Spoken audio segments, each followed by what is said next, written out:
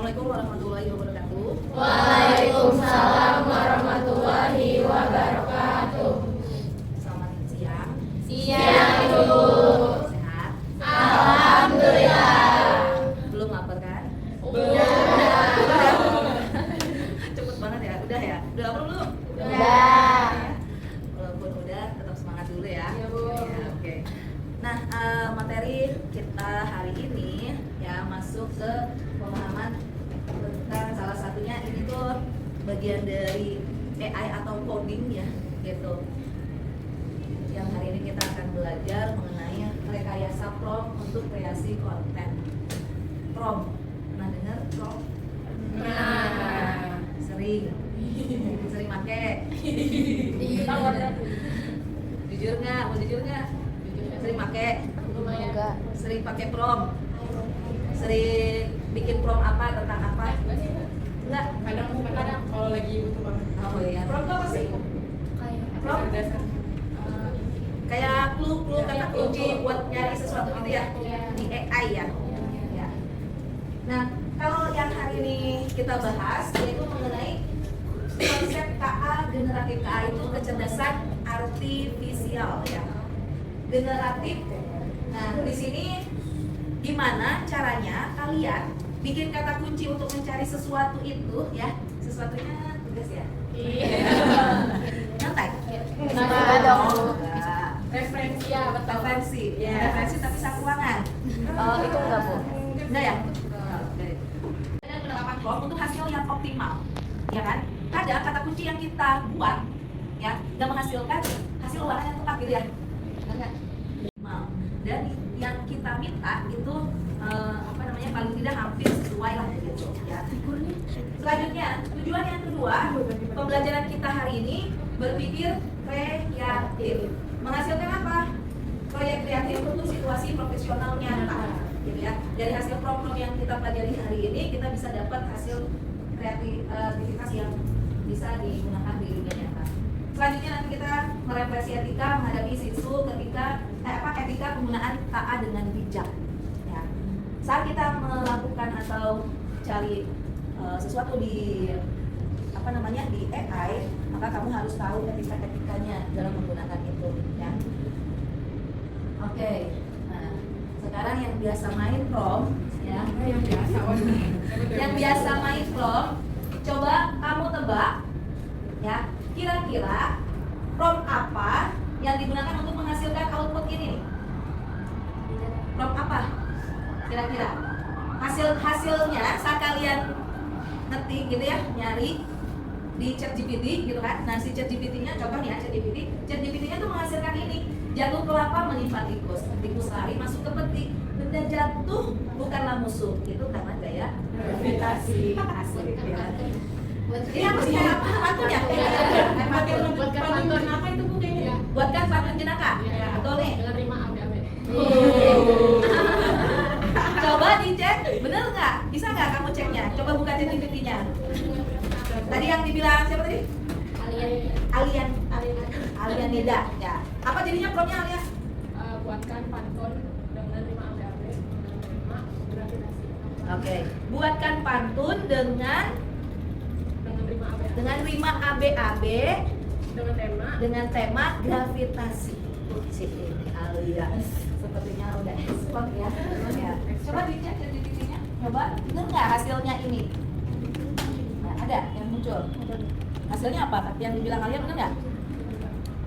Oh, kalau yang dibilang Alia, buat jatuh ke tanah karena daya tarik dari bumi, ilmu fisika jadi mudah dipahami, dengan gravitasi semua jadi indah. Nah, nggak sesuai dong dengan ibu ya? Iya. Nggak sama ya? Coba dicoba lagi kira-kira apa nih? Nah,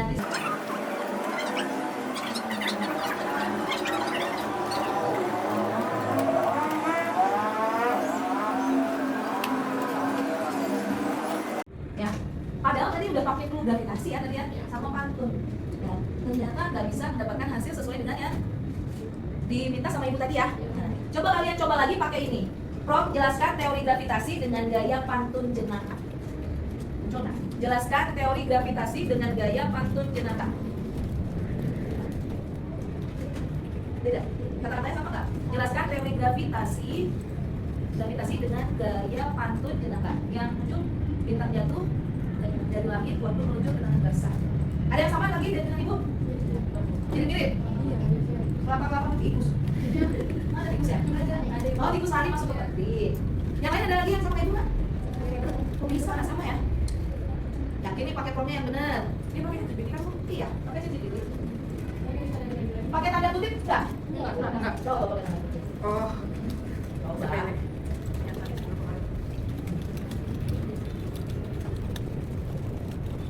Beda kata satu saja bisa mempengaruhi hasil ya.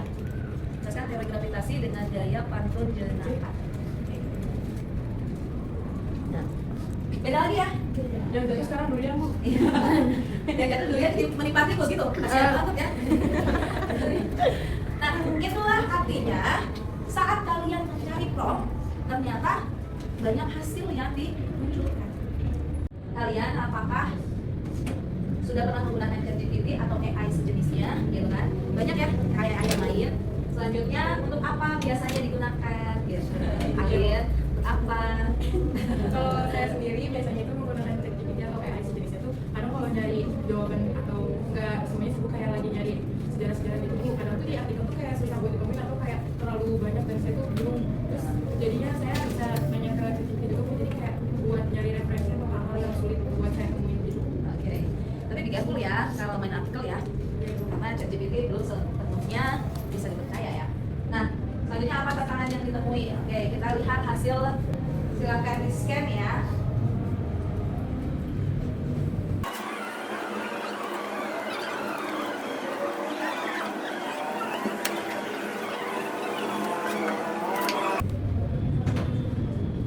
Kita lihat hasilnya. Padlet dari salah satu teman kamu ya. Di sini ada, wah, udah banyak ya yang isi.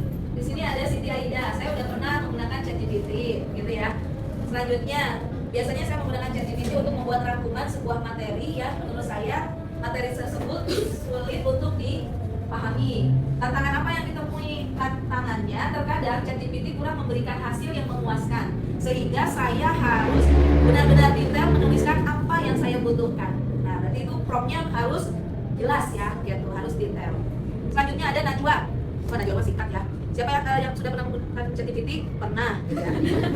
Kata biasanya digunakan. Terkadang menggunakannya untuk mencari sebuah referensi kata-kata dan referensi jawaban ya. Apa Najwa ya? Tantangannya yang ditemui selama mencoba pakai AI ialah terkadang respon AI-nya yang delay. AI itu akan mencari informasi dengan banyak data ya. Makanya dia tuh kalau kita kan kadang pikir ya, tapi hasil pikiran kita suka salah ya. Tapi kalau AI dia tuh punya basic data biasanya dari mana tuh? Gitu yang nge-generate, makanya dia lama banget mikir. Loading muter-muter ya. Itu tuh dia lagi mikir sedang mencari data gitu. Nah, itulah hasil dari asesmen kalian ya. Jadi ternyata kita itu perlu loh ya, perlu sekali untuk belajar membuat prompt yang baik dan agar apa? Bisa menghasilkan konten yang benar, analisa yang tepat, gitu ya, hasil jawaban yang tepat juga, gitu.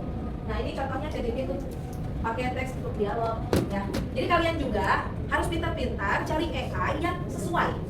Kalau gambar carinya pakai apa gitu yang paling bagus. Contohnya di sini kalau ChatGPT untuk teks dan dialog saja bagusnya, ya. Tapi kalau untuk gambar yang bagus, lebih bagus, itu pakainya DALL-E. Pernah nyoba nggak? Belum. Nah, pakai itu dia lebih cakep tuh gambarnya dibandingkan hasil ChatGPT. Contohnya begitu. Kalau untuk musik, pakainya musik LM. Gitu. Jadi nggak semuanya si ChatGPT, cuman nanti tenannya ChatGPT ya sebagai tenan. Biasa FOMO ya. Gitu. Nah, kalau model pembuatan video ada lagi. Ibu pernah bikin video kemarin itu pakai CapCut yang AI. Jadi kalau kita pakai prompt bertahu. Langsung coba. Dapat yang baru ya. Tapi bukan buat diapa-apain ya. Jadi ibu pernah bikin video itu murni semuanya AI. Pakai prompt. Setiap hasil promptnya tidak sesuai dengan ibu, maka ibu kasih kata kunci lagi. Setiap hasil ya, hasilnya nggak sesuai, videonya ibu kasih kata kunci yang lebih detail, lebih lengkap. Ibaratnya kalau mau bikin prompt itu seperti ini video itu ya, membuat video yang backgroundnya sekolah, selanjutnya ada anak-anak sekolah yang SMP, begitu satu begitu ya, sedang melakukan bermain bola, lalu di sana, wah itu harus detail. Warnanya yang ingin kalian tuliskan, gerakannya itu harus detail. Itulah prompt di situ ya. Nah, Kalau kamu salah prompt, ini bisa ini nih munculnya halusinasi atau informasi palsu atau referensinya nggak ada. Tuh bisa loh si AI menghasilkan halusinasinya dia doang gitu loh, ya. Dari referensinya, bahaya kan? Ya. Penalaran dangkal, logis di pembukaan, goyah pada tugas logis. Nah, logisnya tuh dasarnya giliran dibuka, dikulik lagi dia nggak bisa kasih jawabannya.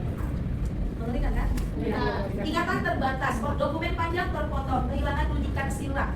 Ya nggak, itu artinya fokusnya terbatas. Yang akhirnya saat kalian membuat PowerPoint itu tuh nggak lengkap. Jadi kamu harus nambah-nambahin, rapiin lagi, begitu.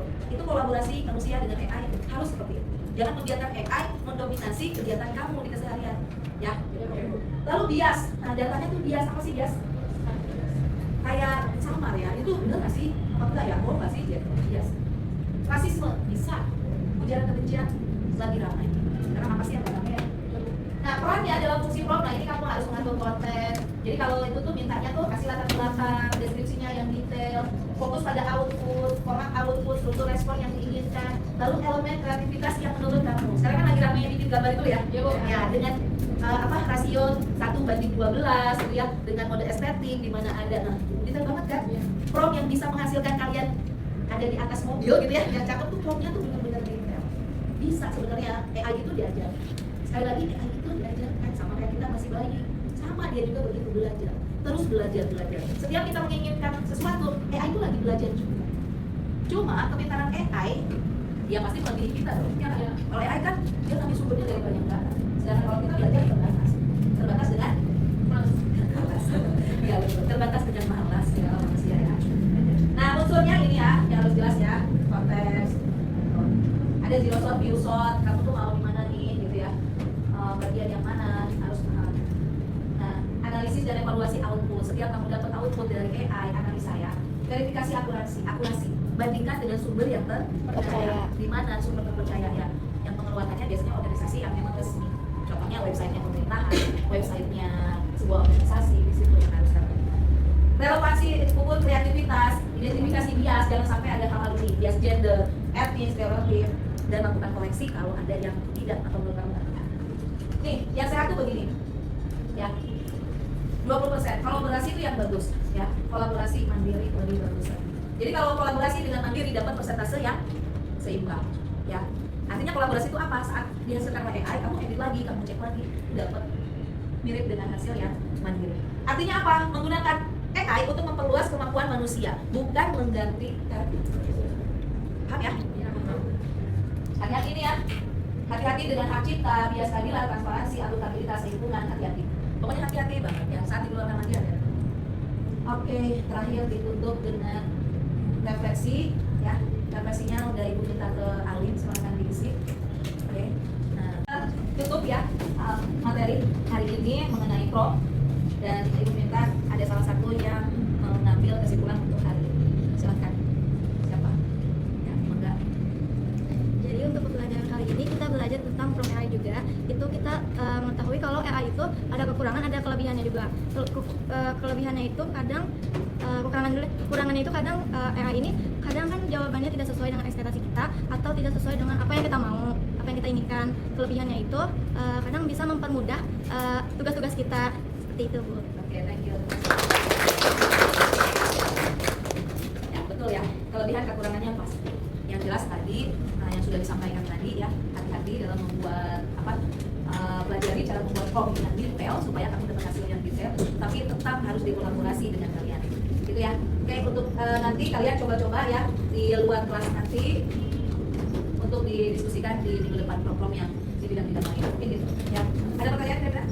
Tidak ada? Cukup? Oke. Terima kasih untuk hari ini.